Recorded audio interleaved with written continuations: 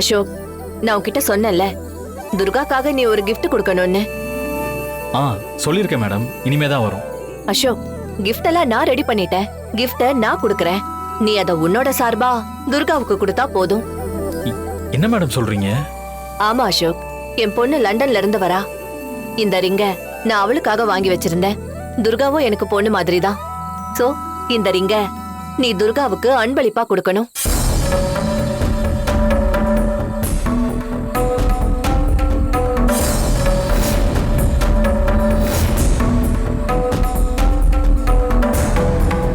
இப்படி கொடுக்கறதுனால இன்னைக்கு நடந்த சம்பவத்தை எல்லாம் நான் மறந்துட்டேன். இவ மேல எந்த தப்பும் கிடையாது.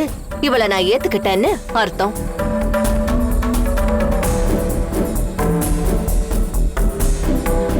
மறுபடியும் வந்து நீ துர்காவை பார்த்து உனக்கு தகுதி கிடையாது, நீ இந்த வீட்ல வாழக்கூடாது, அப்படி இப்படின்னு எதுவுமே சொல்லக்கூடாது. புரியுதா?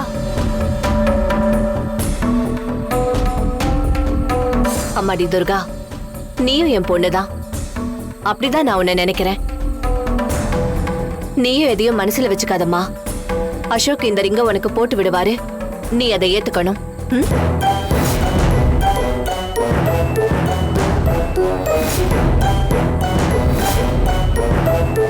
அசோக், இந்த அசோக், இந்த ரிங்க துர்காக்கு போட்டு விடு.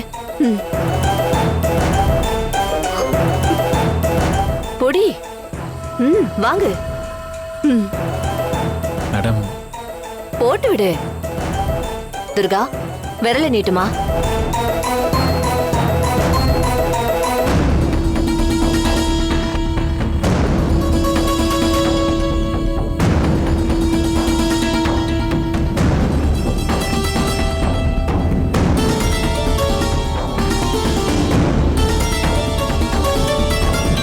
துர்கா, என்னம்மா உன் விரல நீட்டு. இல்ல மேடம், எனக்கு இந்த gift வேண்டாம்.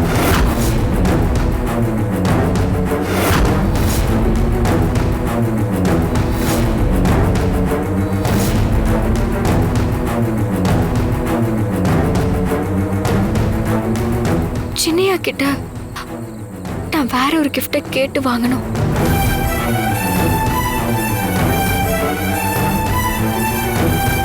ஏம்மா, இந்த gift உனக்கு பிடிக்கலையா? இந்த டிசைன் பிடிக்கலனாலும் சொல்லு, பரவாயில்ல, வேற கூட மாத்திக்கலாம். அம்மா, நீங்க எவ்வளவு அன்பா உங்க பொண்ணுக்கு வாங்கினத எனக்கு கொடுக்கறேன்னு சொன்னீங்க. அப்படி இருக்கிறப்ப மோதிரம் பிடிக்கல, டிசைன் பிடிக்கலன்னு எப்படி என்னால சொல்ல முடியும்? ஆனா நீங்க தப்பா எடுத்துக்காதீங்க. இந்த நேரத்துல எனக்கு வேண்டிய கிஃப்ட சின்னையா தான் கொடுக்கணும். அது கொடுத்ததுக்கு அப்புறம் இந்த மோதிரத்தை நான் வாங்கிக்கிறேன்.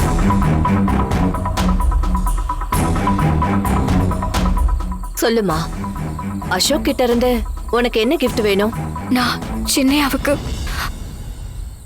பொருத்தமான மனைவியே கிடையாது.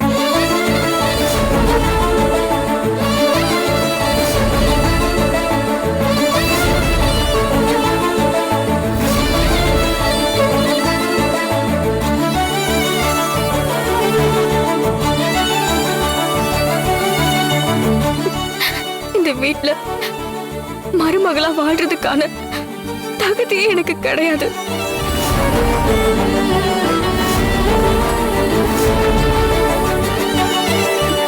அதனால சின்னையா எனக்கு விவாகரத்து தரணும்.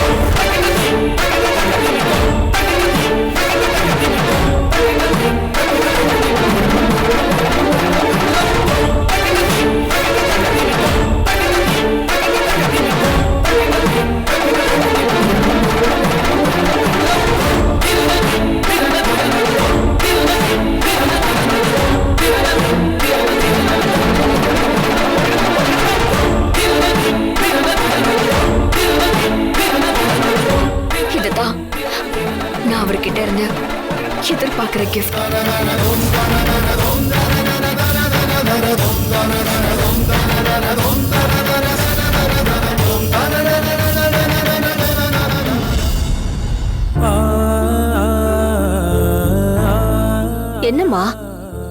முடிவெடுத்துட்ட? துர்கா, இங்க பாரு, அசோக் அப்ப இருந்த சூழ்நிலையில ஏதோ கோவத்துல எல்லாரும் முன்னாடியும் உன்னை திட்டான். இந்த காரணத்துக்காக டைவர்ஸ் கேப்பியா? வேணாமா, வேணாம். இல்ல மேடம், நான் தெளிவா புரிஞ்சுக்கிட்டு தான் கேக்குறேன். இது வரைக்கும் இவர் கோவத்துல தான் பேசியிருக்காரு. ஆனா இன்னைக்கு வீட்டை விட்டு வெளியே போயிடுன்னு மனசளவுல சொல்லியிருக்காரு.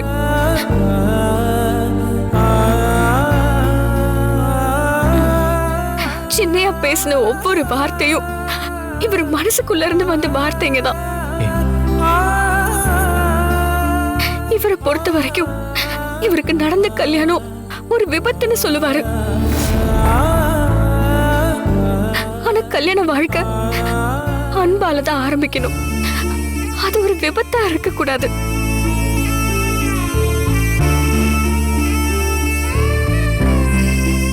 சின்னையா என்ன திட்டினப்பெல்லாம் நான் விவாகரத்து வாங்கணும்னு நினைக்கல.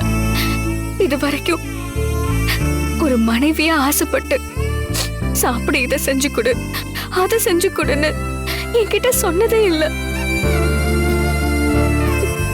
முதல் முறையா என்ன விட்டோம், இந்த வீட்டை விட்டோம் போயிடுன்னு சொன்னாரு.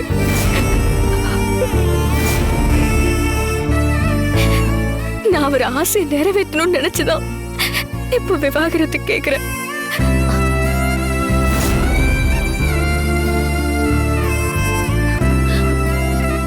துர்கா, முட்டாள்தனமா பேசாத. அசோக் வீட்டை விட்டு வெளியே போன்னு சொன்னது கூட கோவத்துல சொன்ன வார்த்தைகள் தான்.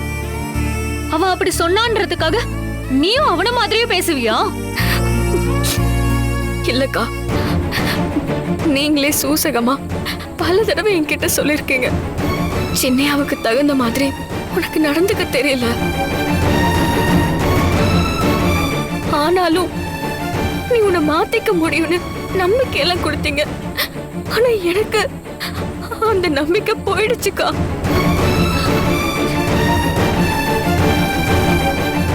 அதனால அவர் வாழ்க்கையை விட்டு நான் போறது அவருக்கும் நல்லது, எனக்கும் அதுதான் நல்லது.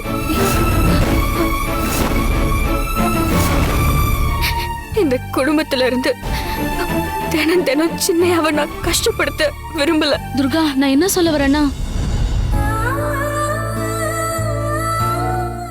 என் மேல நீங்க வச்சிருக்கிற அன்பாலதான் சின்னையா விட்டு நான் பிரிஞ்சிடக்கூடாதுன்னு நீங்க ஆசைப்படுறீங்க. ஆனா காலம் கடந்துருச்சுன்னு நினைக்கிறேன். அதனால நீங்க சொல்றது எதையுமே கேக்குற நிலைமையில நான் இல்ல.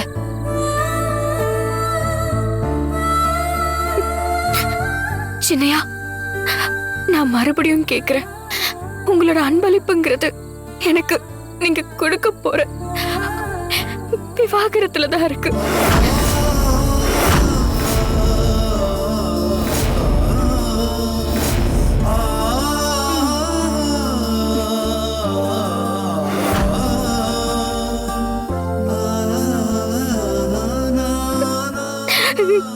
தயவு செஞ்சு என்ன நிரந்தரமா உங்க வாழ்க்கையில இருந்து வேலைக்கு போற மாதிரி செஞ்சிருங்க.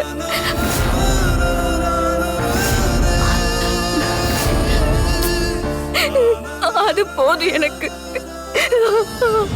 அது போதும்.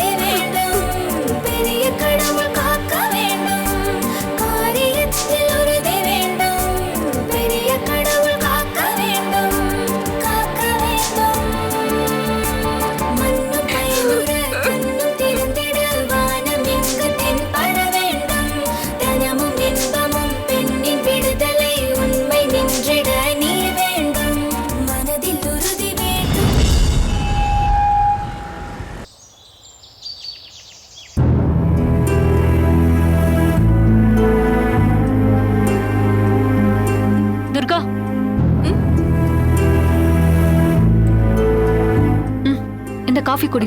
அக்கா, உங்களுக்கு நான் தான் காஃபி போட்டு கொடுக்கணும். நீங்க எதுக்கு காஃபி எல்லாம் கொண்டு வரீங்க? ஒரு குரல் கொடுத்திருந்தா நானே வந்திருப்பேன்ல. நான் ஹாஸ்பிட்டல்ல இருந்து டயர்டா வரும்போது நீ என்னை எப்படி கவனிச்சுப்ப?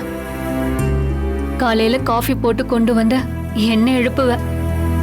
இந்த வீட்ல நீயும் மருமக, நானும் மருமக, 2 பேரும் ஈக்குவல் தான்.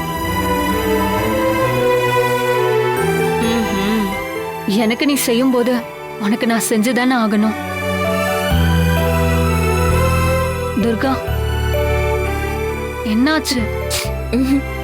இல்லக்கா, நான் தான் இந்த வீட்டை விட்டே போக போறேனே. என்னவோ காலகாலத்துக்கும் இங்கே இருக்க போற மாதிரி சொல்றீங்க. அத நினைச்சுனா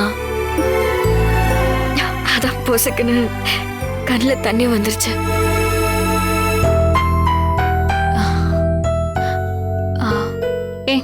என்ன இத குடி. நான் சாமி கும்பிடணும்க்கா. சாமி கும்பிட்டுட்டு அப்புறமா குடிக்கிறேன்.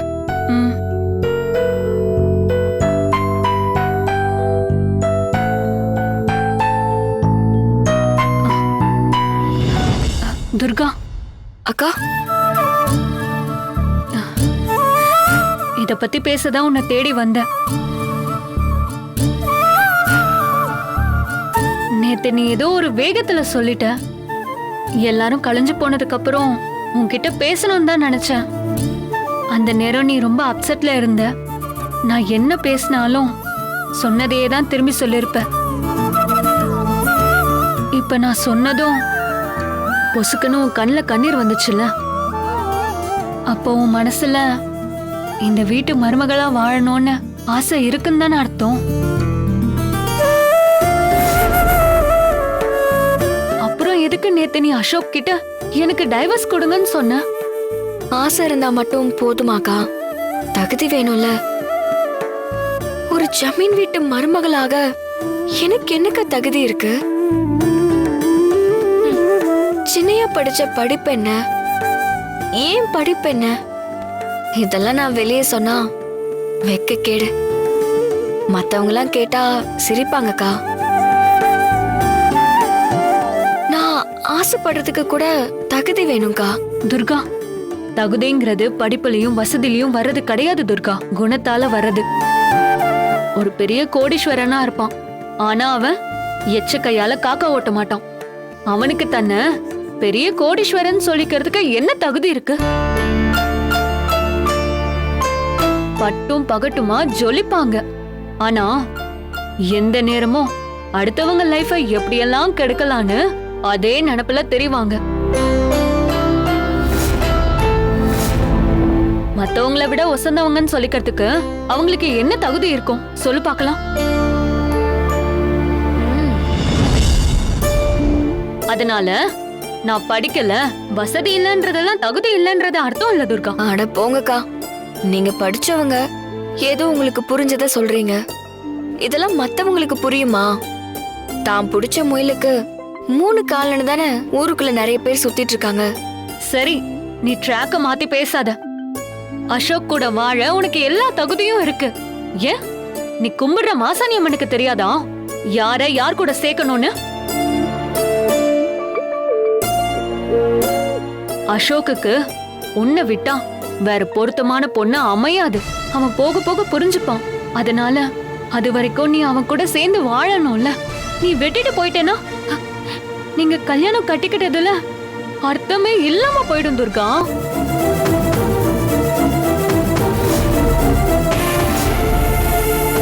ஆனா நல்ல மனைவியா இருப்பேனான்னு தெரியலன்னு சொன்னதையே சொல்லிட்டு இருக்காத. சரி, இத பத்தி அசோக் உன்கிட்ட வந்து பேசினானா? இல்லக்கா. எனக்கு அசோக்க பத்தி தெரியும். நேத்து உன்னை வீட்டை விட்டு போன்னு சொன்னதுக்காக அவனா வந்து உன்கிட்ட சாரி கேட்பான். உனக்கு டைவர்ஸ்லாம் கொடுக்க மாட்டேன்னு தான் சொல்லுவான். இன்னும் சொல்ல போனா நேத்து அப்படி ஒரு சம்பவம் நடந்ததையே மறந்துட்டு உன்கிட்ட பிரியமா பேசுவான். அவன் அப்படி வந்து பேசினா நீ முதல்ல இருந்து தயவு செஞ்சு ஆரம்பிக்காத.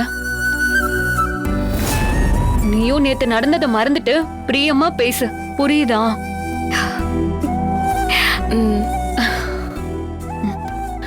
துர்கா, நம்பிக்கையை மட்டும் இழக்காத. அத்தை, இந்த சத்யாக்கா இருக்குதே ரொம்ப நல்லவங்க. ஷூ, எனக்கும் அதுதாண்டி எரிச்சலா இருக்க. நாம கஷ்டப்பட்டு நெருப்ப பத்த வச்சுட்டு வந்தோம். இவ பின்னாடியே போய் தண்ணி ஊத்தி அணைச்சிட்டு வரா. அத்தை, சமயம் கிடைச்சதுன்னா சத்யாக்காவுக்கும் கொஞ்சம் பத்த வச்சு விட்டுருவோமா? ஐயோ, ஏய், மூத்தவர் மருமகடி இவ. பெரியவருக்கு தெரிஞ்சது நம்மள கொளுத்தி விட்டுருவாரு. கொஞ்சம் அடக்கி வாசி. அதுவும் கரெக்ட் தான். இப்ப என் கவலை எல்லாம் அசோக் துர்கா விஷயத்துல என்ன முடிவெடுக்க போறானே தெரியலையே.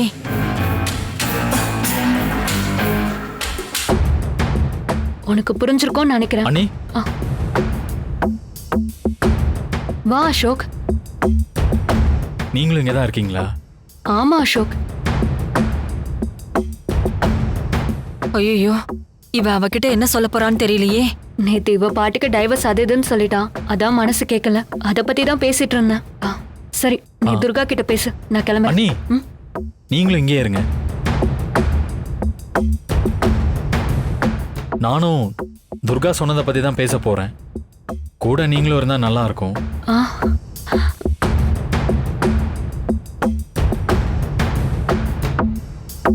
துர்கா, நேற்று டிஎஸ்பி மேடம் என்கிட்ட பேசினாங்க. அவங்க சொன்னதையும் நீ ஸ்டேஜில் சொன்னதை பற்றியும் நான் யோசிச்சுக்கிட்டு தான் இருந்தேன். ஒன்று எல்லாமே ஆக்சிடென்டெல்லாம் நடந்திருக்கணும், இல்லை நந்தினி மேடம் சந்தேகப்பட்ட மாதிரி யாரோட சதியால நடந்திருக்கணும்.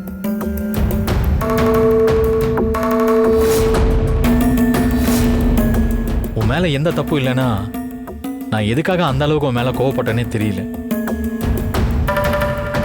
முட்டாள்தனம் பண்ணிட்டேன் துர்கா. எல்லாரும் முன்னாடியும் நான் அப்படி உங்ககிட்ட பேசியிருக்க கூடாது.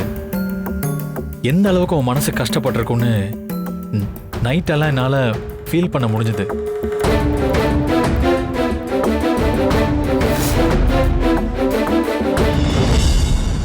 Durga, I'm sorry.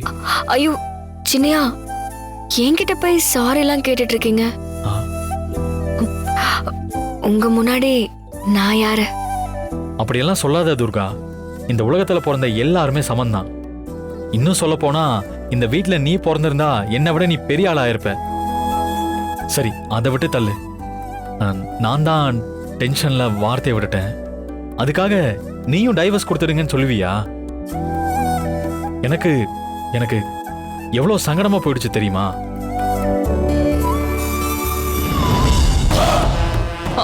ஷோ, இது என்னடி கால கொடுமை. என்னத்த, நேத்து நல்ல நேரம் பார்க்காம நம்ம வேலையை ஆரம்பிச்சிட்டோமோ? இவ ஒருத்தி பேசாம சும்மா இரு. ஆனா உன்னையும் குத்த சொல்ல முடியாது. அப்படி சொல்ற அளவுக்கு நான் தான் உன்னை டார்ச்சர் பண்ணியிருக்கேன். உங்க மனசு எனக்கு புரியுது சின்னையா. என்னை பிரிஞ்சு உங்களால இருக்க முடியாது. டைவர்ஸ்லாம் வேண்டான்னு தானே சொல்ல போறீங்க? துர்கா, ஒரு விதத்துல யோசிச்சா நீ எடுத்த முடிவு தான் கரெக்ட்.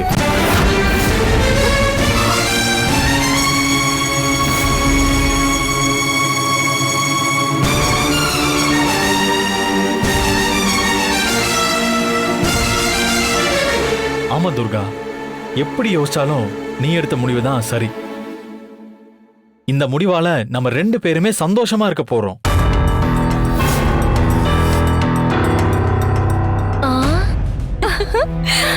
ஆரம்பத்துல இருந்தே ஒத்து வராத கல்யாணம், ஒருத்தருக்கு ஒருத்தர் இறக்கப்பட்டோ பாசத்தை காட்டியோ கணவன் மனைவியே வாழ்ந்துட முடியாது. அதுவும் என்ன போல கல்யாணத்துல நம்பிக்கை இல்லாதவன் கூட ஒரு நாள் கூட வாழ முடியாது.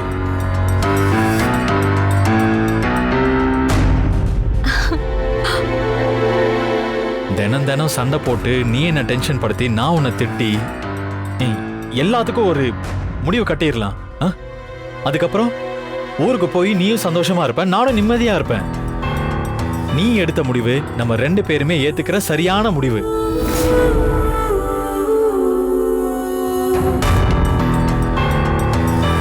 சோ நீ ஆசைப்பட்ட மாதிரி உனக்கு டைவர்ஸ் கொடுத்துடணும்னு நான் முடிவு பண்ணிட்டேன்.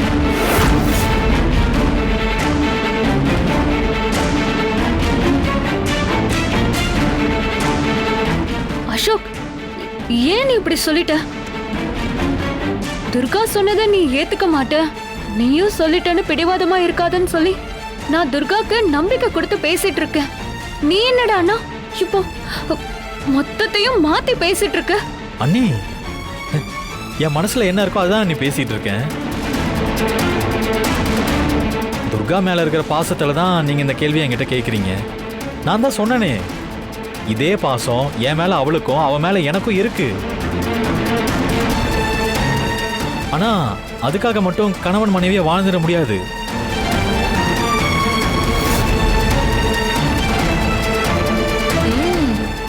அதோட நாங்க ஒண்ணும் இந்த வீட்டுல கணவன் மனைவியா வாழலையே. மனைவின்ற உரிமையில அவ இந்த வீட்டுல இருக்கா. அப்படி இருக்கிறதால பல பிரச்சனைகளை சந்திச்சுட்டு இருக்கோம்.